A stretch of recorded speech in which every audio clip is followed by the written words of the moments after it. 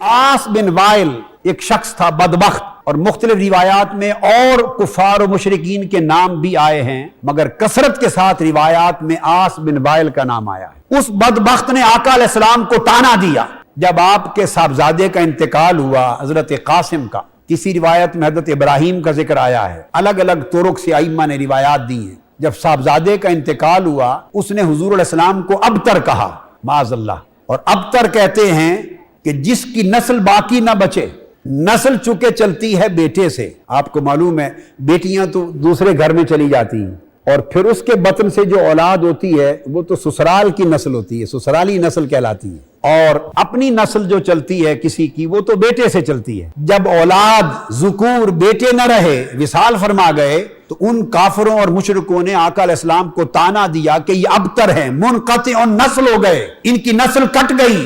अब मोहम्मद का माज़अल्लाह नाम लेने वाला दुनिया में कोई नहीं रहेगा, इसकी नस्ल कट गई। इस पर इमाम फखरुद्दीन राजी रहमतुल्लाह अलैह ने फरमाया कि उनके इस ताने के रद्द में अल्लाह तबारक व तआला ने सूरह कौसर को नाजिल किया। कौसर से मुराद तो हुजूर की ज़ुर्रियत हो गई। अब नस्ल चलती है बेटे से। बेटे तीनों हुजूर अलैहिस्सलातु वस्सलाम के थोड़ी उम्र में विसाल फरमा गए। वो खत्म नबुव्वत का राज था कि कोई बेटा जवान ना हुआ, न शादी की उम्र को पहुंचा, न शादी हुई, न पोते हुए। तो नस्ल ज़ुर्रियत तो चलनी थी बेटे से, बेटे विसाल फरमा गए।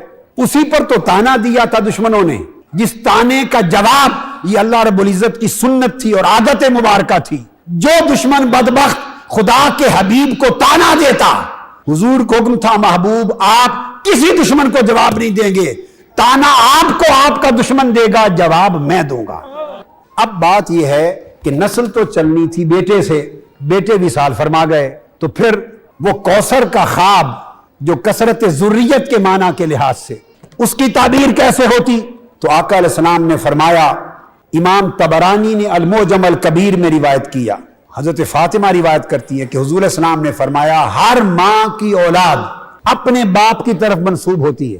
हर माँ के बतन से, पेट से जन्म लेने वाली औलाद अपने बाप की, यानी उस माँ के शौहर की तरफ मंसूब होती है, सिवाय फातिमा के।